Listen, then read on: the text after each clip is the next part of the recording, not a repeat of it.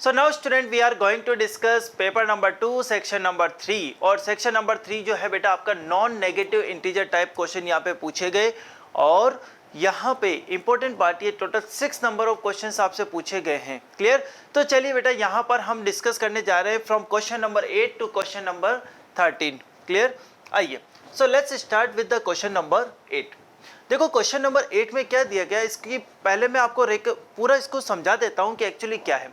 यहाँ पर आपको क्वेश्चन में पूछा गया था कि जैसे हमारे पास कोई एक कॉइन है, इस कॉइन का जो रेडियस है वो आपको प्रोवाइड किया गया 4 बाई 3 सेंटीमीटर। और यहाँ पर हम क्या कर रहे हैं, जैसे मेरे पास कोई कॉइन है, उस कॉइन के ऊपर मैं एक इम्पल्स क्रिएट कर रहा हूँ, बट मैं वो इम्पल्स जो अप्लाई कर रहा हूँ I am applying at a distance of 2 by 3 centimetre. Clear? तो यहाँ पर मैंने इस पर एक इम्पल्स अप्लाई किया और जैसे ही मैंने इसको इम्पल्स अप्लाई किया तो आपको भी पता है जब आप कॉइन को टॉस करते हो तो वो क्या करता है बेटा, वो रोटेट भी करता है और साथ साथ में वो ट्रांसलेटरी मोशन भी करता है। तो हमारा ऑब्जेक्टिव इस क्वेश्चन में ये है कि जैसे ही मैंने इसको इस तरह से टॉस किया ये ऊपर जाएगा और वापस जब नीचे आएगा तो तब तक ये कितने नंबर ऑफ रोटेशंस कंप्लीट कर चुका होगा। तो ये सारी की सारी कैलकुलेशन इस क्वेश्चन में नंबर ऑफ रोटेशंस जो है वो फाइंड आउट करने के लिए। क्लियर? चलिए बेटा चलते हैं, यहाँ पर जो जो पैरामीटर दिए उनको एक बार लिखते चलते हैं। एक कोई थिन सर्कुलर कॉइन है तो एक काम करता हूँ मैं पहले यहाँ एक कॉइन ड्रॉ कर लेता हूँ, ऑलरेडी यहाँ पर ड्रॉ है। चलिए बहुत अच्छी बात है हमारे लिए। मास हमें दिया बेटा 5 ग्राम। सो यहाँ पर अगर इसकी मास की अगर हम बात करते हैं, so m this mass we have 5 gram. 5 gram मतलब मैंने इसको कर दिया ये 1000 किलोग्राम में convert. So it will be equal to what we can say, this is equal to 1/200 kilogram. Yes और नो? चल नेक्स्ट देखते हैं और क्या दिया है। यस, रेडियस आपको दिए बेटा 4/3 centimetre and it is initially in XY plane. Clear? So अगर मैं यहाँ रेडियस की बात करता हूँ, radius we have 4/3 centimetre. Clear? Radius हमारे पास इतना है। Okay fine. नेक्स्ट देखिए, अब कॉइन को जब आप वर्टिकली टॉपअप करते हो तो हम यहाँ पर एक इम्पल्स अप्लाई कर रहे हैं and that having magnitude under root of pi by 2 into 10 to the power minus 2 newton. Clear? So j का वैल्यू यहाँ पर दिया है under root of pi by 2 into 10 to the power minus 2 newton. Clear? 2 newton और second, ये impulse दिया है आपको बेटा और ये इम्पल्स हम यहाँ पर अप्लाई कर रहे हैं। Clear to you? अगर मान लो मैं इसको सेंटर ऑफ मास पे अप्लाई करता तो ये तो केवल ट्रांसलेटरी मोशन करता। क्लियर? अब रोटेटरी भी करेगा और ट्रांसलेटरी भी करेगा। फाइन, ये दे दिया। अब देखो बेटा इस क्वेश्चन को सोल्व करने के लिए, क्योंकि हमें नंबर ऑफ रोटेशंस काउंट करने हैं, हम यहाँ पर एक तो इसके एंगुलर इंपल्स की इक्वेशन लगाएंगे। तो एंगुलर इंपल्स की इक्वेशन क्या कहती है बेटा, ये j मल्टीप्लाई ये कितना हो जाएगा 2/3 centimetre. Clear? So j multiply you can से 2/3 सेंटीमीटर। बोलो यस और नो? क्या मैं ऐसा लिख पाऊंगा? Yes. So it should be equal to, ये क्या हो जाएगा बेटा, it will be equal to I omega. अब इंपॉर्टेंट बात है बेटा, यहाँ पर ओमेगा के लिए भी एक बात बोली कि ये जो कॉइन है वो स्पिन करता about the diameter. Clear? About the diameter. अब आप ये सोचो बेटा अबाउट द डायामीटर, अगर मान लो कि मैं इसके अलोंग आपसे पूछता हूँ what about the moment of inertia, तो आप बोलोगे सर ये तो mr²/4 होगा। Clear? So now I can write like this j into ये मेरा 2/3 सेंटीमीटर है, इसको मैं कन्वर्ट कर सकता हूँ। यस और नो? यस और नो? 2/3 सेंटीमीटर था। क्लियर? ये हमारा 4/3 सेंटीमीटर है तो इसको भी कन्वर्ट कर लो मीटर में। यस और नो? यहाँ तक क्लियर? अच्छा, आई की बात कितनी है बेटा, mr²। ठीक है बेटा, एक काम करते हैं, हम इसको पहले वेरिएबल के फॉर्म में लिखते हैं। It will be good for us कि एक बार रिलेशन आ जाए उसके बाद हम इसको वापस लिख लेंगे। ठीक है? तो यहाँ पर अगर आप देख पा रहे होंगे बेटा तो ये r/2 है। अगर मान लो ये 2/3 की बात करता हूँ, radius we have 4/3 centimetre, r/2 हो गया। So j r/2 it should be equal to, हमारे पास क्या है बेटा, mr² डिवाइड बाई 4। यस और नो? एंड ओमेगा, देखो r से r को कैंसिल कर दिया मैंने, ये भी मेरे पास कैंसिल। तो यहाँ से हमारे पास ओमेगा आता है बेटा twice of j divide by mr। Clear? तो ये मेरे पास ओमेगा आ गया। क्लियर? कैसे आया बेटा, एंगुलर इम्पल्स की इक्वेशन मैंने यहाँ पे नोट की। बोलो क्लियर है? क्लियर? यस। अब अगर मैं यहाँ पे बात करता हूँ, मैं अगर इसके लीनियर मोमेंटम की अगर बात करता हूँ, if I talk about linear momentum, initially directly I can say j it should be equal to, जब ये ऊपर जाएगा तो बेटा सेंटर ऑफ मास भी सर्टेन वेलोसिटी के साथ जाएगा और हाँ रोटेट भी करेगा। सो दैट्स व्हाई मैंने इसको बोला कि ये ओमेगा से रोटेट भी कर रहा है। क्लियर? तो यहाँ पर आप क्या लिखोगे, m इंटू वी। यहाँ से आप v को क्या लिख सकते हो बेटा, j/m। क्लियर? अब एक काम करते हैं, क्योंकि जे का वैल्यू हमें गिवन है तो हम यहाँ पर इसको प्लेस करते हैं। तो जे का वैल्यू कितना बेटा, under root of π/2 multiply 10⁻⁻2 divided by, now what about the mass, mass is given to you 1/200, तो मैंने इसको यहाँ पे प्लेस कर दिया। क्लियर। तो अगर आप देखेंगे v की वैल्यू आ जाएगी हमारे पास 2 अंडर रूट ऑफ π/2, यस और नो, क्या हमारे v का वैल्यू क्या आएगा, yes. Clear, this is you can say metre पर सेकेंड। क्लियर। सिमिलरली अगर हम j की वैल्यू को ओमेगा के अंदर पुट करेंगे, so 2 divide by m into r, m कितना दिया बेटा 1/200, व्हाट अबाउट r, r का वैल्यू हमारे पास है 4/300। Clear, clear, and it is multiplied with j। Clear. अगर j की बात करते हैं, अगर हम j की बात करते हैं तो this is what under root of, यहाँ पर कितना आ जाएगा π/2 इंटू 10⁻²। बोलो क्लियर। तो यहाँ से अगर आप देख पा रहे होंगे तो अगर मैं इसको सॉल्व करूँगा बेटा, वैल्यू क्या आएगी वो समझना, ठीक है। ये हमारा था 2j, यहाँ तक तो ठीक है। अब देखो यहाँ से इसको कैंसिल कर दिया बेटा, 2 से 2 यहाँ पे कैंसिल हो गया, तो यहाँ पे आएगा 3 into 10⁻⁴। Clear, and you can say π/2 into 10⁻⁻2। क्या यहाँ तक क्लियर है बेटा। तो अगर आप देख पाओ तो यहाँ पर ये बन जाएगा बेटा 300 अंडर रूट ऑफ π/2। तो देखो ओमेगा की वैल्यू आ गई। ये सब मैं क्यों कर रहा हूँ, मैंने यहाँ पे v निकाल दिया, मैंने यहाँ पे ओमेगा को भी कैलकुलेट कर लिया। अब आप एक पॉइंट समझना, अगर ये मान लो कि मैं एक इम्पल्स अप्लाई करता हूँ तो डेफिनेटली ये कॉइन एक वर्टिकल अपवर्ड डायरेक्शन में जाएगा और वापस नीचे आएगा, तो इसका टाइम ऑफ फ्लाइट क्या हम कैलकुलेट कर सकते हैं, yes, and that will be equal to 2u/g, हमें पता ही है। ठीक है। तो अगर हम यहाँ पे बात करें v जो है वो हमारा क्या होगा बेटा, ये that is 2 under root of π/2 divide by g। बोलो यस और नो, क्या हम लिख सकते हैं। तो यहाँ से हो जाएगा बेटा this will be what 5। Clear. तो यहाँ पे अगर हम t की बात करेंगे तो t जो है वो हमारा कितना होने वाला है, t should be equal to 2/5 under root of π/2 seconds. Clear.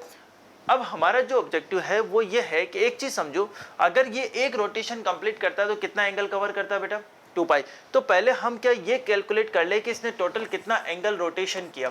So I can write omega t. अब देखो, अब आपको समझ में आएगा बेटा कि यहाँ पर ओमेगा टी जो है, ओमेगा और टी दोनों की वैल्यू को हम यहाँ पे पुट करेंगे। What about omega, 300 under root of π/2।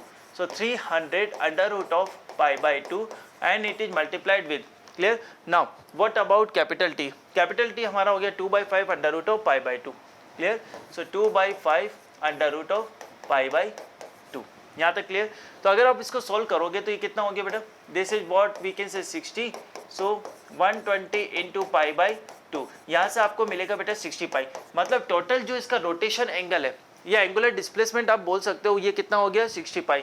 सो अगर मैं ये कहता हूँ कि वन रोटेशन जब वो कवर करता है, बहुत ध्यान से समझना, when it covers one rotation वो कितना घूमता है बेटा, 2π। ठीक है। मैं तो कहता हूँ कि 60π रोटेशन के लिए उसने कितना, मतलब 60π एंगुलर डिस्प्लेसमेंट के लिए कितने रोटेशन उसने कवर किए। So I can write like this, when 2π we have angular displacement we are assuming this as one rotation. Clear. अगर मान लो मेरे पास बेटा 60π है तो मैं क्या करूंगा, I will write like this 2π multiply 60π। तो यहाँ से हमारे पास क्या आ जाएंगे बेटा 30। This 30 are what, these are known as number of rotations, number of rotations. Clear. So number of rotations we have, this is equal to 30। ठीक है। तो इस क्वेश्चन का जो आंसर है, what is this answer, answer it is given to you that we have the value of n, it is given by this is 30, number of rotations we have 30। clear है बेटा, clear। so this is all about this question। अच्छा, अब आते हैं इसके analysis वाले part पे। Yes, अगर मैं बात करूं बेटा, हाँ कोई डायरेक्ट फॉर्मूला हमने इसमें यूज नहीं किया, लेकिन कॉन्सेप्ट यहाँ पे यूज किए गए, इनडायरेक्ट फॉर्म में हमने कॉन्सेप्ट यूज किया है, थोड़ी सी कैलकुलेशन भी हमारी रही है। तो डेफिनेटली जेईई एडवांस का क्वेश्चन है, so I will put this question from easy to moderate, easy to moderate category में हम इसको रखना चाहेंगे। So total 5 out of 10 from my side. Now student we are going to discuss question number 9। ये जो question number 9 है बेटा, ये आपका रिलेटेड है इलेक्ट्रोमैग्नेटिक इंडक्शन से रिलेटेड। और इस टाइप की प्रॉब्लम जो है जनरली जब आप जेईई मेन की प्रिपरेशन कर रहे हो या जेईई एडवांस की प्रिपरेशन कर रहे हो, तो इस टाइप के क्वेश्चन आपको मतलब सॉल्व करने ही पड़ते हैं, ठीक है। और इस टाइप के क्वेश्चंस की प्रॉब्लम बहुत आपको जब एक्सरसाइज करते हैं तो बहुत सारी आती है, ठीक है। और उसी के ऊपर बेस आपसे यहाँ पर एक नॉन नेगेटिव इंटीजर जो है आंसर आपसे पूछा गया है। आइए बेटा देखते हैं कि किस टाइप का क्वेश्चन है और क्या हमें इसमें अप्रोच यूज करनी चाहिए। This is important for us. So now you can say let's suppose we have a rectangular conducting loop. This is rectangular conducting loop of length हमारे पास कितना है 4 सेंटीमीटर और विड्थ हमारे पास कितनी है 2 सेंटीमीटर, ठीक है। और ये XY प्लेन में दिया है। अब ये बोला है कि इस लूप को हम क्या कर रहे हैं, एक सर्टेन वेलोसिटी के साथ इस एक पर्टिकुलर वायर से, जो कि बहुत लंबा वायर है, इनफाइनाइट लेंथ का वायर है, उससे हम उसको दूर लेके जा रहे हैं। अच्छा, उससे हम उसको दूर लेके जा रहे हैं तो होगा क्या बेटा, समझो। अगर कोई एक हमारे पास इनफाइनाइटली लॉन्ग वायर है तो उसमें अगर कोई करंट फ्लो कर रही है, it mean definitely a magnetic field is created. Clear. तो मैग्नेटिक फील्ड जो क्रिएट होगा, आप राइट हैंड थंब रूल से यूज करेंगे तो definitely it will come perpendicular outward. So जैसे जैसे ये लूप जो है इस वायर से जैसे जैसे दूर जाएगा, it means the magnetic field value changes. Magnetic field की वैल्यू चेंज होती है, इसका मतलब क्या कि मैग्नेटिक फ्लक्स चेंज होगा। जब भी मैग्नेटिक फ्लक्स चेंज होता है और इसका मतलब इस पर्टिकुलर वायर के अंदर क्या होता है, एक इंड्यूस ईएमएफ जनरेट होता है। अगर इंड्यूस ईएमएफ जनरेट हो रहा है, इट मींस व्हाट, अगर क्लोज लूप है तो इंड्यूस करंट भी डेवलप होती है। क्लियर। तो इसका मतलब ये क्लियर है कि हमारा ईएमआई का क्वेश्चन है, ये हमने पूरा रिकॉग्नाइज कर लिया। आइए बेटा देखते हैं, यहाँ पे आपको बोला है कि इसके अंदर 10 एम्पियर करंट फ्लो कर रही है और जब ये एक पर्टिकुलर डिस्टेंस जो आपको प्रोवाइड की है कि जब ये 4 सेंटीमीटर पर है तो इसके अंदर, इस लूप के अंदर जो है एक इंड्यूस करंट डेवलप होती है, that is the 10 micro ampere. अच्छा, आप खुद भी देखो बेटा, अगर मैग्नेटिक फील्ड बाहर है तो इंड्यूस करंट इस तरह से डेवलप होगी कि वो उसके इफेक्ट को नेग्लिफाई करने की कोशिश करेगी, तो वो क्लॉकवाइज डायरेक्शन में होगी, ठीक है। और ये वैल्यू आपको दी 10 माइक्रो एम्पियर। तो हमें ये कैलकुलेट करना है कि ये V कितना होगा। क्लियर है। अब एक चीज समझना, यहाँ पर जो V दिया है वो आपको वेक्टर फॉर्म में दिया है। आई am just writing in a vector form, √3/2 this is x के प्लस यहाँ पे आ जाएगा बेटा 1/2 y के। आप समझो बेटा कि अगर मान लो मैं कहता हूँ कि रिजल्टेंट वेलोसिटी v है तो उसका x डायरेक्शन में कंपोनेंट कितना होगा, vx √3/2 और ये v हो जाएगा and vy equal to v/2। देखो वापस अगर आप रिजल्टेंट फाइंड करेंगे तो आपका v ही आएगा। क्लियर। तो मैंने इसको ऐसे ब्रेक कर दिया। अब आइए बेटा देखते हैं, चलिए अगर मान लेते हैं बेटा कि मैं पहले यहाँ पे बात करता हूँ, ये हो गया मेरा AB, ये हो गया मेरा बेटा CD। बहुत ध्यान से समझना, अगर यहाँ पे पहले मैं मैग्नेटिक फील्ड कैलकुलेट कर रहा हूँ AB के लिए, so I can write like this 4AB। अगर AB के लिए अगर हम बात करते हैं, व्हाट अबाउट मैग्नेटिक फील्ड, यहाँ पर आप लिख सकते हो बेटा μ0I/2πr, ठीक है। और r की जगह आप क्या लिख दोगे, D, ठीक है। μ0 इसकी वैल्यू कितनी होती है 4π × 10⁻⁷ मल्टीप्लाइड। अच्छा, current, what is current, that is flowing, 10 ampere current flow कर रहा है, ये हो गया 10 डिवाइड बाई यहाँ पर कितना आ जाएगा बेटा 2π, ये हमारा 4 सेंटीमीटर है, इसको कन्वर्ट कर लो, ठीक है। ये हो गया बेटा 2, यहाँ पे आ गया ये 2, तो यहाँ से आपके b का जो वैल्यू आने वाला है that is equal to I can say 1/2 10⁻⁶ divided by 10⁻²। अच्छा, यहाँ तक तो क्लियर। तो ये वैल्यू आ गई आपके पास 1/2 × 10⁻⁴ टेस्ला। क्लियर, यहाँ तक क्लियर। अब आप ये देखो, जब ये इतने डिस्टेंस पर है तो इसके अंदर एक इंड्यूस ईएमएफ डेवलप होगा, ये तो पता है। तो मैं कह देता हूँ कि यहाँ पर जो इंड्यूस ईएमएफ डेवलप हुआ, this is what EAB। Clear. और इसको हम क्या लिखेंगे बेटा, B I and L, yes और नो। लेकिन ये फॉर्मूला हम तब अप्लाई कर सकते हैं जब B L और I, मतलब B L और I ये तीनों परपेंडिकुलर हो, यस और नो। बिल साइन थीटा होता है, ठीक है।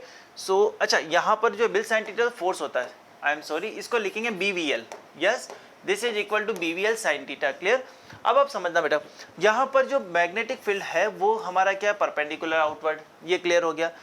अब यहाँ पर लेंथ वेक्टर को देखते हैं, तो लेंथ वेक्टर ये मतलब वेलोसिटी वेक्टर हमें ये ही लेना पड़ेगा, क्यों, तभी जाके वो परपेंडिकुलर है, क्योंकि अगर आप वेलोसिटी का x कंपोनेंट ले लोगे तो वो लेंथ की डायरेक्शन में आ जाएगा and it will not develop any induce EMF. Clear. तो यहाँ पे आपको बस इतना सा ध्यान रखना है कि B का वैल्यू तो आपका क्लियर है 1/2 × 10⁻⁴।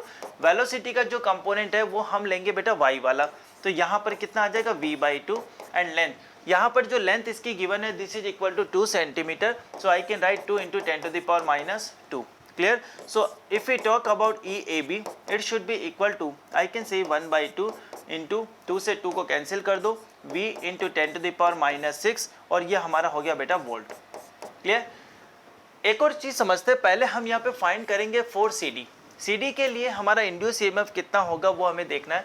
सो I am just writing here, so for CD, clear, ये कितना हो जाएगा बेटा, ये समझो, this is again we are applying formula BV and this is L। अच्छा B की बात करते हैं, तो B जो है हमारा वो कितना है बेटा, 1/2 इंटू, क्या हमारा सेम होगा, नहीं, पहले हमें B कैलकुलेट करना पड़ेगा। यहाँ क्यों कैलकुलेट करना पड़ेगा बेटा, D चेंज हो गया ना, clear. So now what I am writing, listen very carefully, I am just calculating B, clear. So B के लिए अगर बात करेंगे μ0I अपॉन 2 अब क्या हो जाएगा बेटा, D+4 होगा, क्लियर है, ये चेंज आएगा। तो यहाँ से आपके पास आ जाएगा 4 into 10⁻⁷। If you talk about current, current हमारी 10 एम्पियर, ये हो गया 2 मल्टीप्लाई। अब यहाँ पर हमारे पास D/4 है, ठीक है, तो ये हमारे पास 8 सेंटीमीटर हो गया, दिस वन, क्लियर। यहाँ से इसको कैंसिल कर दो बेटा, ये हो गया 4, यहाँ से आ गया 1/4 इंटू 10⁻⁴। यस और नो, ये -6 से डिवाइड बाई होगा, -4 आ गया टेस्ला। अब हम यहाँ पे डिफाइन करेंगे induce EMF in the CD वाला जो हमारा एलिमेंट है उसके अंदर कितना हो जाएगा बेटा, BVL। B कितना है, 1/4 इंटू 10⁻⁴। देखो वेलोसिटी का कंपोनेंट अभी भी आपको परपेंडिकुलर लेना पड़ेगा, क्यों, इस डायरेक्शन में तो जो वेलोसिटी का x कंपोनेंट है वो इंड्यूस EMF डेवलप नहीं करेगा। तो यहाँ पर हो जाएगा बेटा VY, clear, and multiplied with L हमारे पास कितना है, 2 इंटू 10⁻²।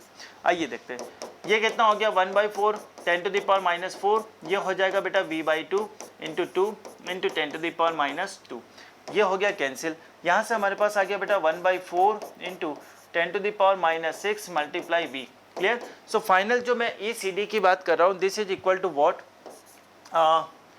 अगर हम बात करें बेटा कि ये जो है ये कितना हो जाएगा, V/4 इंटू 10⁻⁻6 वोल्ट। बोलो यहाँ तक क्लियर है, क्लियर। तो अब आप देखो कि बेटा यहाँ पर ये इंड्यूस EMF जो है वो डेवलप हुआ है, बोलो यहाँ तक क्लियर, कोई डाउट हो तो बोलो, clear, everything is clear to you, yes. So अब अगर एक पॉइंट समझे बेटा, क्या हम यहाँ पे डायरेक्शन निकाल पाएंगे, क्या हम डायरेक्शन निकाल पाएंगे। देखो यहाँ पर जो है 10 माइक्रो एम्पियर की करंट वो इस डायरेक्शन में फ्लो कर रही है और इसी डायरेक्शन में हम L की डायरेक्शन लेंगे, ठीक है। तो अगर आप देखो B हमारा बाहर है, ठीक है, इसका V ऊपर है, तो इस डायरेक्शन में यानी ये हमारा हायर पोटेंशियल पर है। और इस वाले केस में CD के केस में क्या होगा बेटा, हमारा B बाहर है, ठीक है, और इसके जो वेलोसिटी है, देखो ऐसे समझो, B बाहर है, वेलोसिटी कहाँ है बेटा, ऊपर की तरफ, समझ पा रहे हो, ये B हो गया वेलोसिटी, तो ये मतलब यहाँ पर जो हायर पोटेंशियल हमारा कौन सा है, ये, यस और नो, ठीक है। तो आप देखेंगे बेटा कि यहाँ पर अगर देखेंगे तो is there any change, you are getting my point, कि हमारा B जो है वो आउटसाइड है, ठीक है, वेलोसिटी हमारा इधर है, तो ये मेरा जो हैंड है, ऐसे समझो, ये मेरा B है, ये वेलोसिटी है, तो ये मेरा हायर पोटेंशियल पर। यहाँ पर अगर हम बात करें, ये मेरा B है, ठीक है, वेलोसिटी ये है, तो मेरा हायर पॉइंट जो पोटेंशियल है वो ये हो जाएगा, ठीक है, ये हायर पोटेंशियल पर।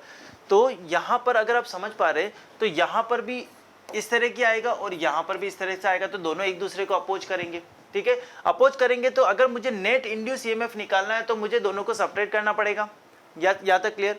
अच्छा, अब आप बोलोगे सर ये 4 सेंटीमीटर जो AD और CB ब्रांचेज है उनका क्या होगा। एक पॉइंट समझो, यहाँ पर जो एक पॉइंट है वो पॉइंट यहाँ भी है, ये पॉइंट है, ये पॉइंट यहाँ भी है, ये पॉइंट है, ये पॉइंट यहाँ भी है, और दोनों का जो इंड्यूस EMF है उसका मैग्नीट्यूड तो सेम ही आएगा, बट डायरेक्शन अपोजिट होगी, तो ये एक दूसरे को कैंसिल कर देंगे। आप चाहे तो इसको कैलकुलेट भी कर सकते हो। सेकंड, यहाँ पे वेलोसिटी का कंपोनेंट आपको x वाला लेना पड़ेगा, y वाला तो 0 हो जाएगा, ठीक है। तो ये तो दोनों आपस में एक दूसरे को कैंसिल कर देंगे और 0, बट ये दोनों आपस में एक दूसरे को कैंसिल नहीं कर पाएंगे। क्यों नहीं कर पाएंगे, उसका रीजन है क्योंकि यहाँ से D वेरी कर रहा है, ठीक है। तो अब हम यहाँ पर जो कैलकुलेट करने वाले हैं, that is E net, this is what I can write like this, EAB minus ECD, clear. EAB जो है that is equal to what, हम यहाँ पे बात करेंगे, it will be, you can say V/2, I am writing V/2 into 10⁻⁻6 minus V/4 into 10⁻⁻6। यहाँ से हमारे पास क्या आ गया बेटा, V/4 इंटू 10⁻⁻6 वोल्ट, ये मेरा क्या हो गया, this is what induce EMF। यहाँ तक क्लियर है। अच्छा, अब यहाँ से अगर हम देखें, क्योंकि क्लोज लूप है तो एक इंड्यूस करंट डेवलप होगी और वो क्या हो जाएगा बेटा, हमारा net induce EMF divide by resistance. Clear, और ये हमें दिया है 10 micro ampere. Clear, so V/4 into 10⁻⁻⁶। What about resistance, क्या रेजिस्टेंस का वैल्यू भी आपको क्वेश्चन में गिवन है? आइए देखते हैं। यस, कहाँ गया, यस, ये हमें दिया बेटा, it will be equal to 0.1 ohm. Clear, so 0.1 ohm अगर हमारा है तो I can write like this 0.1 and it should be equal to 10 into 10⁻⁻⁶। इससे इसको हमने क्या कर दिया बेटा, cancel. So now I can write like this V/4 divide by 1/10। Clear, and it should be equal to 10, ऐसा लिख सकते हैं। तो यहाँ से आ गया बेटा V/4 इंटू 10 इक्वल टू 10, 10 से 10 को कैंसिल कर दो, it will be equal to 4 metre पर सेकेंड। तो ये जो नॉन नेगेटिव इंटीजर वाला क्वेश्चन है, इसका आपका आंसर क्या आएगा, it will be equal to 4। Clear, so अगर मैं इस क्वेश्चन के एनालिसिस की बात करूं तो डेफिनेटली मैं कहूँगा कैलकुलेटिव है, हाँ है। फॉर्मूला यूज किया हमने, हाँ किया, ठीक है। लेकिन अगर ये ऐसा कोई कॉन्सेप्ट नहीं है जो आपने क्लास में नहीं पढ़ा होगा, ठीक है, बहुत अच्छा कॉन्सेप्ट है और आप डायरेक्टली थोड़ा लॉजिक लगा के इसको बोल सकते हो कि दो एंड पे तो हमारे वैसे भी जो ईएमएफ जनरेट होंगे वो एक दूसरे को कैंसिल कर देंगे। Clear, so I will say definitely this question from easy to moderate category में इसको रखना चाहूँगा। I will provide 6 out of 10। Now dear student, we are going to discuss this question number 10 और ये क्वेश्चन नंबर 10 आपका wave on a string से related है। ठीक है, आइए देखते हैं क्या है। A string of length 1 meter and the mass 2 into 10⁻⁻5 kilogram is under tension T। ठीक है, तो जैसे मान लेते हैं कि हमारे पास ये वाला जो है कोई फिक्स्ड एंड है, ये हमारे पास स्ट्रिंग है। Let's suppose we have this string. Clear, और एक मास, ये जो स्ट्रिंग है इसका मास भी गिवन है। ओके फाइन, तो ये जो स्ट्रिंग है इसका हमें मास गिवन है, it is equal to 2 into 10⁻⁻5 kilogram, ये हमें मास गिवन है। Okay, and the length of the string it is given to you, this is equal to 1 metre. Clear, ये हमें प्रोवाइड किया गया है। So when the string vibrates 2 successive harmonics are found to occur at a frequency this one. तो देखो बेटा, जब भी वेव ऑन स्ट्रिंग की हम बात करते हैं तो वहाँ पे एक फ्रीक्वेंसी का एक फॉर्मूला आता है। क्लियर, फ्रीक्वेंसी, जो फंडामेंटल फ्रीक्वेंसी, जो फ्रीक्वेंसी का फॉर्मूला, एक जनरलाइज फॉर्मूला हमारे पास ये होता है √T/μ। क्लियर, यहाँ पर जो T है दैट इज डेवलप टेंशन, जिसमें जो टेंशन डेवलप होगा वो, और यहाँ पे म्यू क्या होता है, this is mass per unit length. Clear, so यहाँ पर अगर हमें क्या चाहिए, हमें क्वेश्चन में ये बोला है कि 2 सक्सेसिव जो हार्मोनिक्स है उनका जो फ्रीक्वेंसी है वो हमें गिवन है। तो let's suppose we are assuming f1 equal to, we can say this is 750 hertz. तो यहाँ से हो गया बेटा ये 1/12 √T/μ। क्लियर, और इट्स f2, इसकी अगर हम बात करते हैं this is equal to what, 1000 2/12। Clear, क्योंकि सेकंड फ्रीक्वेंसी हम ले रहे हैं और क्योंकि हमें कंजुगेटिव लेनी है तो ये, तो इन दोनों में जो हमें डिफरेंस अगर हम बात करें, ठीक है, यहाँ तक समझ में आ रहा है सबको? क्लियर, तो आपको ये बोला है कि 2 successive harmonics are found to occur at this frequency and this frequency, हमें बताना है टेंशन का वैल्यू कितना। ठीक है, तो अगर हम यहाँ पे इसका डिफरेंस निकालते हैं तो बेटा कितना आ जाएगा, 1/2L। Clear, √this is T/μ and this is equal to you can say 1000 minus 750। कैसा लिख सकते हैं? यस, ठीक है, 2 सक्सेसिव हार्मोनिक्स की बात की तो हमने इसको इस तरह से यहाँ पे सब्ट्रैक्ट कर दिया। इससे करने से क्या हुआ बेटा, यहाँ समझो 1/2 इंटू एल, एल की वैल्यू कितना हमारे पास, it will be 1 metre, √T/μ। अब हमारे को क्या चाहिए, टेंशन का वैल्यू चाहिए, ये लो म्यू क्या होता है बेटा, मास पर यूनिट लेंथ। मास कितना है यहाँ पे, 2 into 10⁻⁵ and what about length, length हमारे पास 1 मीटर है। ठीक है, तो ये सेम ही रहेगा, इक्वल टू यहाँ पे आ गया बेटा 250। ठीक है, तो यहाँ से आप क्या लिख सकते हो, T 2 into 10⁻⁵, it should be equal to 500। यहाँ तक clear? So now if you square both side and if you multiply you can find value of T। ये कितना हो जाएगा बेटा, 2 into 10⁻⁵ मल्टीप्लाई, यहाँ से आ जाएगा बेटा 5 × 5 into 10⁴। क्लियर, अब समझना 25 × 2 कितना हो गया 50, और 50 में से एक जीरो इधर किया तो -4, दोनों कैंसिल हो जाएंगे। तो यहाँ पे हमारे पास टेंशन का वैल्यू कितना आ गया बेटा, 5 न्यूटन। क्लियर, तो बहुत इजी क्वेश्चन है हमारे पास कि इसका करेक्ट आंसर है हमारे पास 5 न्यूटन। Clear, yes. सो अगर हम यहाँ पे बात करते हैं बेटा इसके एनालिसिस की, तो सीधा फॉर्मूला बेसिस क्वेश्चन है बेटा, बहुत सिंपल क्वेश्चन है और इस तरह के क्वेश्चंस आपको डेफिनेटली ग्रैब करने चाहिए जेईई एडवांस के एग्जामिनेशन। क्लियर? बट बात ये आती है कि जब हम पेपर देने जाते हैं तो हमें कैसे पता लगेगा, तो यही तो मतलब जेईई एडवांस की मतलब जेईई एडवांस जाना ही इसीलिए जाता है, आपको सबसे पहले चूज करना पड़ेगा कि कौन से क्वेश्चन मेरे रेडार में। क्लियर? तो यहाँ पर अगर मैं इस क्वेश्चन की बात करूँ तो बहुत easy category, very easy question, easy category का क्वेश्चन है। Clear? So I will give 2 out of 10। Now student we are going to discuss question number 11 और क्वेश्चन नंबर 11 जो है वो आपका कैपिलरी ट्यूब से रिलेटेड है। आइए पहले मैं आपको इस क्वेश्चन को थोड़ा सा समराइज करता हूँ कि एक्चुअल में क्वेश्चन क्या है।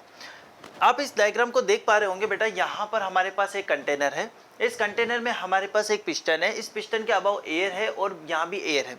क्वेश्चन में हमें बोला है कि हमने यहाँ पे एक इनकम्प्रेसिबल फ्लूइड मतलब जो लिक्विड है उसको हमने यहाँ पे फिल किया है और यहाँ पर एयर है। Now what we are doing, अब हम इस जो पिस्टन जो कि मासलेस हमने माना है, इसको हम क्या कर रहे हैं, यहाँ से थोड़ा सा फोर्स या प्रेशर लगा के यहाँ पर हम इसके वॉल्यूम को चेंज कर रहे हैं। और कितना वॉल्यूम चेंज कर रहे हैं वो आपको दिया है कि पहले अगर इसका वॉल्यूम V0 था तो अब इसका वॉल्यूम जो है वो कितना है 100/101 V0, ये हमारे पास आ गया। क्लियर? अब हमारे को क्या कैलकुलेट करना है कि जब हम उसको कंप्रेस करेंगे, किसको, एयर को, तो डेफिनेटली ये जो एयर है वो लिक्विड के ऊपर भी प्रेशर एक्सर्ट करेंगे। तो ये जब लिक्विड के ऊपर प्रेशर एक्सर्ट करेंगे तो लिक्विड क्या करेगा, कैपिलरी ट्यूब में सर्टेन हाइट तक चला जाएगा, हमें वो एच कैलकुलेट करना है। ठीक है?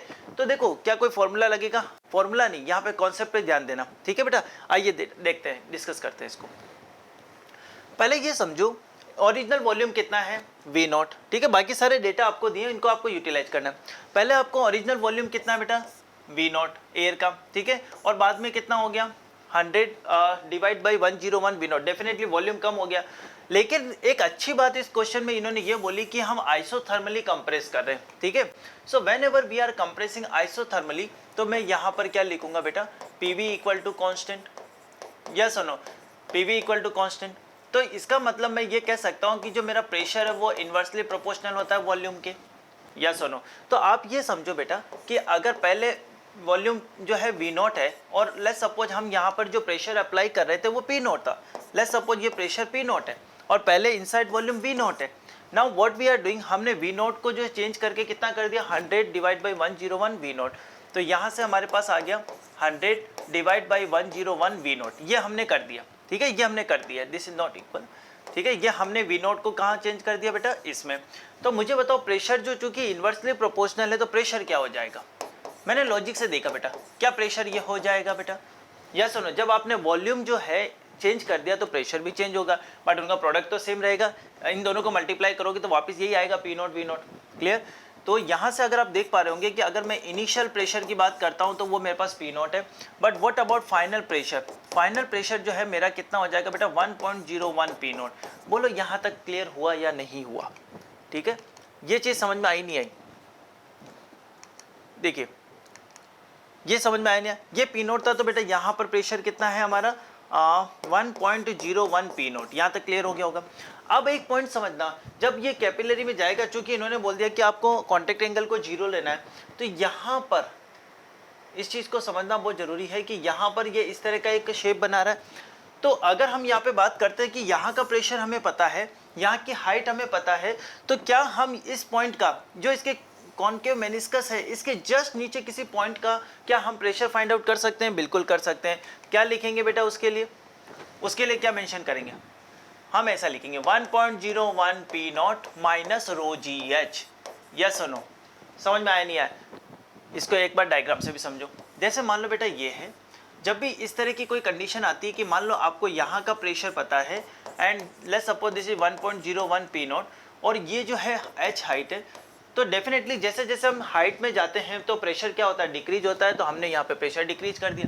बट इंपॉर्टेंट पार्ट है कि मैं बात कर रहा हूँ कि जस्ट इस कॉनकेव मेनिस्कस के नीचे जो प्रेशर है वो ये।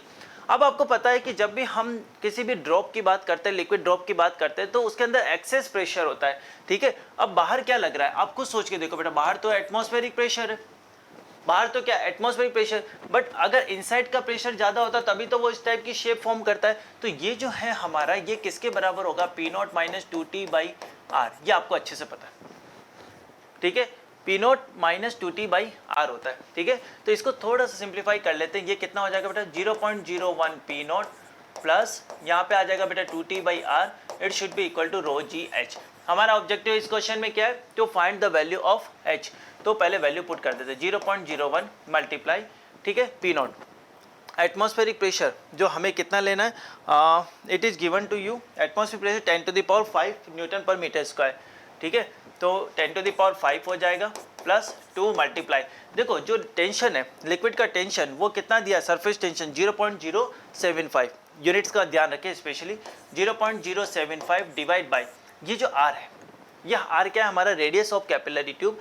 तो ये कैपिलरी ट्यूब की इनर रेडियस आपको कितना दिया है, अच्छा ये कैपिलरी ट्यूब की नहीं, ये उस लिक्विड ड्रॉप की रेडियस होती है, लेकिन चूंकि आपका जो कांटेक्ट एंगल है 0 है, इसलिए हम कह सकते हैं कि जो कैपिलरी ट्यूब की रेडियस और वो ड्रॉप की रेडियस दोनों सेम है, क्लियर। तो 0.1 mm I am writing like this, 0.1 × 10⁻³ clear. It should be equal to, water है बेटा, वाटर की डेंसिटी कितना होता है 1000, यस और नो। देखो यहाँ पे डेंसिटी लिखा होगा, डेंसिटी ऑफ लिक्विड 10⁻³ किलोग्राम पर मीटर क्यूब, मतलब वाटर है, ठीक है। और यहाँ पे अगर हम बात करते हैं जी का वैल्यू मैं 10 ले रहा हूँ, एच मुझे फाइंड करना है, ठीक है, जस्ट कैलकुलेशन करनी है। अब ये कितना हो जाएगा बेटा, यहाँ से अगर इसको करें तो हम ये हो जाएगा हमारे पास 1000 प्लस, यहाँ से अगर आप देखो यहाँ पे आएगा बेटा 10⁻³, ठीक है, और ये ऊपर जाएगा तो दोनों आपस में क्या हो जाएंगे, कैंसिल, ठीक है। तो यहाँ से आपके पास कितना आ गया, इट विल बी 150 एंड इसका भी जो पॉइंट हटेगा डेसिमल, तो यहाँ पे कितना आ गया 1500। It should be equal to we can say 10 × h, clear. तो यहाँ से हमारे पास कितना आ गया, this will be equal to we can say 2500 and divided by I can say 10⁴ and this is h, ठीक है। ये h जो हमारे पास आया, this h in metre, clear. So I can write like this 25 divide by this is what 100, clear. ये आया हमारा मीटर में। तो अब हमें देखना है कि हमारे, क्योंकि नॉन नेगेटिव इंटीजर ही किस में पूछा है, इन्होंने सेंटीमीटर में पूछी है, हाइट किस में पूछी बेटा, सेंटीमीटर में। तो सेंटीमीटर में इसको क्या लिख सकते हैं, 25 डिवाइड बाई 100 × 100 सेंटीमीटर। तो हमारा यहाँ पे आंसर कितना आएगा, it will be 25 centimetre, clear to you. So इस क्वेश्चन का हमारा करेक्ट आंसर है 25 सेंटीमीटर, क्लियर, यस। आइए बेटा हम यहाँ पे बात करते हैं इसके डिफ़िकल्टी लेवल की। हाँ, डायरेक्ट फॉर्मूला बेसिस क्वेश्चन नहीं है, क्लियर। इसका मतलब आपको यहाँ पे बेसिक कॉन्सेप्ट लगाना है। पहले भी जेईई एडवांस 2014 में इस टाइप का क्वेश्चन पूछ चुका है, जहाँ पे उसने कॉनिकल शेप की कैपिलरी ट्यूब को इंसर्ट किया था, ठीक है। आपको कॉन्टेक्ट एंगल वगैरह के कॉन्सेप्ट अच्छे से आने चाहिए। सो इस क्वेश्चन को मैं डेफिनेटली रखना चाहूँगा बेटा मॉडरेट की कैटेगरी में, है ना। और डेफिनेटली ये क्वेश्चन अटेम्प्ट करने लायक तो है, इसको हम आराम से कर भी सकते हैं, यस। बट ये एक ही इंपॉर्टेंट बात है कि आपको इसके कॉन्सेप्ट आने चाहिए। और if you are preparing for JEE advance, क्योंकि अब अगर आपने जेईई एडवांस प्रिपेयर किया है तो definitely you should be ready for this type of questions, clear. So this is all about this question. Now dear student, we are going to discuss question number 12। और ये question number 12 आपका nuclide से related है, radio activity का question है। और actually देखा जाए तो बहुत मतलब बोनस का जो क्वेश्चन होता है वो क्वेश्चन आपको दिया है। आइए पढ़ते हैं क्या है। पहले तो इन्होंने पूरा प्रोसेस समझाया कि रेडियो एक्टिविटी क्या होती है, कि रेडियो एक्टिव डीके प्रोसेस में एक्टिविटी को हम इस तरह से डिफाइन करते हैं। और उन्होंने बोला कि 2 रेडियो एक्टिव सोर्स है हमारे पास, S1 और S2, और have the same activity at time t = 0। मतलब ये कहना चाह रहे हैं कि अगर मान लो मैं S1 लेता हूँ और S2 लेता हूँ, तो t = 0 पर मैं मान लेता हूँ यहाँ एक्टिविटी A0 है, तो यहाँ पर भी t = 0 पर क्या है बेटा, A0।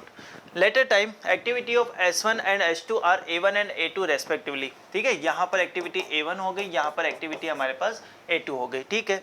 अब इन्होंने बोला when S1 and S2 have just completed 3rd and 7th half lives, clear. 3rd और 7th हाफ लाइफ उन्होंने जस्ट अभी कंप्लीट किया है, तो आपको ये बताना है कि इनका रेशियो क्या होगा। अब देखो बेटा, आपको फॉर्मूला पता होता है, A = क्या होता है, A0 2 to the power -n, ठीक है। यहाँ से आप क्या लिख सकते हो, यहाँ पर जो n है, अब देखो इन्होंने क्या बोला, when S1 and S2 have just completed their 3rd and 7th half life, तो 3rd हाफ लाइफ कंप्लीट की है, तो उसको हम क्या बोलेंगे, यहाँ पर आपको ऐसे लिखना चाहिए 2 to the power direct minus, you can see this one.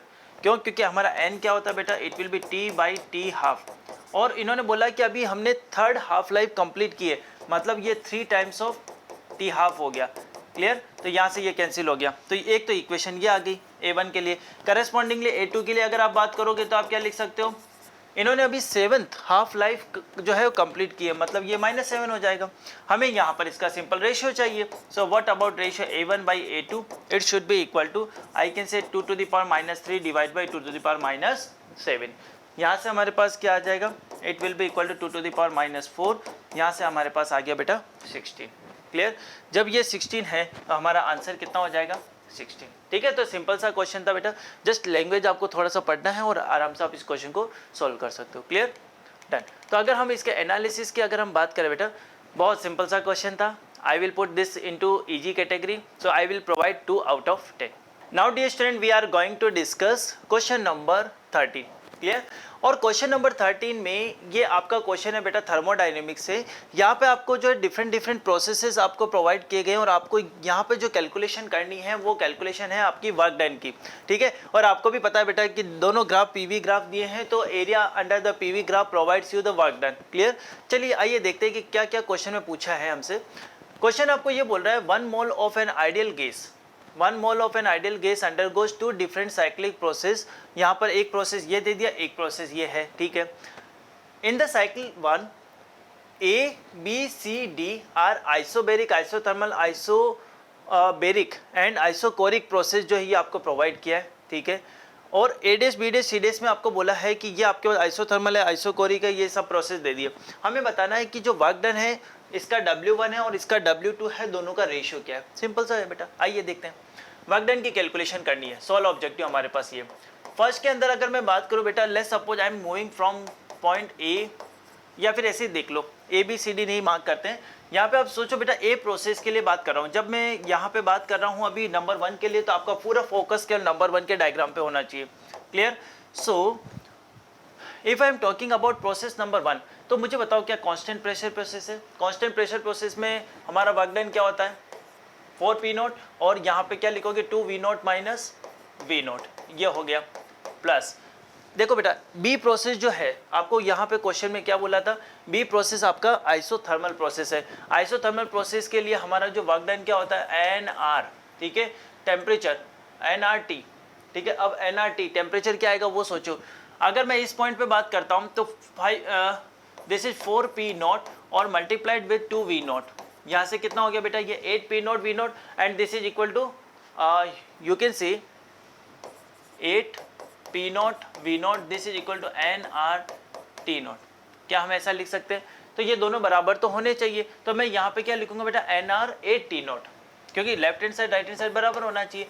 ये लो, ठीक है, ये हो गया हमारा इसका। ये आगे क्या आता है बेटा log बेस E V2/V1, यहाँ पर V2 कितना 4V2 ये, तो यहाँ पे आ गया log 2। क्लियर, अच्छा आगे बढ़ते हैं। अगेन हमारे पास अब ये कह सकते हैं आइसोबेरिक कंप्रेशन है। आइसोबेरिक कंप्रेशन है तो नेगेटिव वर्क डन होगा 2P0, कहाँ से कहाँ तक बेटा यू कैन से आप ऐसे भी लिख सकते थे V0 माइनस 4V0। क्लियर, और अगर हम डी प्रोसेस की बात करते हैं दैट इज आइसोकोरिक प्रोसेस, जो constant volume process, work done 0। Clear, so यहाँ पे हमारे पास कितना आ गया, this is 4P0 V0 plus I can write NR, यहाँ पे आ जाएगा बेटा 8T0। ठीक है, यहाँ से हो गया हमारा it will be what log 2, ये आ जाएगा माइनस, यहाँ से आ जाएगा 6P0, this is what V0। Clear, तो यहाँ पे अगर आप बात करोगे तो वर्क डन ये कितना आ जाएगा बेटा, आई एम जस्ट राइटिंग NR, यहाँ पे आ गया 8T0 log 2 minus 2P0 V0, let's suppose this is equation number 1, ऐसा मेंशन कर सकते हैं। अब नेक्स्ट देखते हैं बेटा, इस वाले प्रोसेस में आपको A डैश की बात की है। A डैश क्या है देखते हैं। A डैश आपका आइसोथर्मल प्रोसेस है। आइसोथर्मल प्रोसेस के लिए अगर आप वर्क डन लिखोगे, how can you right NR, यहाँ पे अभी मैं छोड़ रहा हूँ, यहाँ पे लिखेंगे बेटा log V2/V1, मतलब यहाँ पे log बेस E, यहाँ पे आ गया 2। अब ये कितना होगा ये समझो, अगर आप यहाँ से देख पा रहे होंगे बेटा 4P0 है और ये V0 है, तो दोनों का प्रोडक्ट तो कांस्टेंट रहेगा क्योंकि आइसोथर्मल प्रोसेस है। तो NRT अगर आप लिखते भी हो तो यहाँ पे क्या आना चाहिए बेटा 4T0। बोलो यस और नो, क्लियर है। अच्छा, उसके बाद अगर B की बात करते हैं तो B dash process isochoric process है, तो हमारा वर्क डन 0। C डैश की बात करते हैं तो आइसोबेरिक कंप्रेशन है, then we can write P0 और यहाँ से आ जाएगा बेटा V0। Clear, and D dash वापस हमारा क्या है बेटा आइसोकोरिक प्रोसेस। तो अगर आप यहाँ पे work done in the first process and second process अगर इनका आप रेशियो फाइंड आउट करते हैं then we can write like this, what I am doing, I am taking 2 common from all this thing, तो 4nRT0 this is what log base E2 minus ये हो गया हमारा P0 V0 divided by, clear. अब यहाँ पे हमारे पास है व्हाट, आप ध्यान से अगर इसको देखेंगे तो दिस इज व्हाट, ये हो गया log बेस E2 माइनस हमारे पास P0 V0, क्लियर। अब हम क्या कर सकते हैं बेटा, इसको क्या कर दो, आपस में कैंसिल कर दो, तो इसका रेशियो हमें कितना मिला बेटा 2, तो इस क्वेश्चन का हमारा आंसर हो जाएगा 2, क्लियर है, क्लियर टू एवरीवन। तो यहाँ पे हमारा आंसर है 2, क्लियर। चलिए बेटा इसका एनालिसिस पे आते हैं हम। यस, अगर मैं बात करूँ बेटा तो एक बिल्कुल बेसिक लेवल का क्वेश्चन है जहां आपको वर्क डन के फॉर्मूले पता होने चाहिए। हाँ, rather than 1 cycle they are calculating for the 2 cycles. अब जनरली स्टूडेंट लॉग वगैरह से डर जाते हैं, ठीक है, तो उनको लगता है कि यार पता नहीं क्या होगा, लेकिन आप आगे जाके देखेंगे तो बेटा जस्ट एक कॉमन फैक्टर बाहर आया और दोनों के दोनों वर्क डन आपस में कैंसिल हो गए, केवल एक कॉमन फैक्टर रह गया, clear. So that's the beauty of JEE advance examination, clear. So इसी तरह से बेटा ये हमने कंप्लीट किया है पेपर नंबर 2 का सेक्शन नंबर 3, क्लियर। होप आपको बेटा सारे के सारे क्वेश्चन जो है उनके सॉल्यूशंस क्लियर हुए होंगे, क्लियर। और definitely we are ensuring that कि सारे बच्चों के जो भी डाउट्स हैं इन क्वेश्चंस में वो सब आउट हो जाए, clear. So this is all about this section.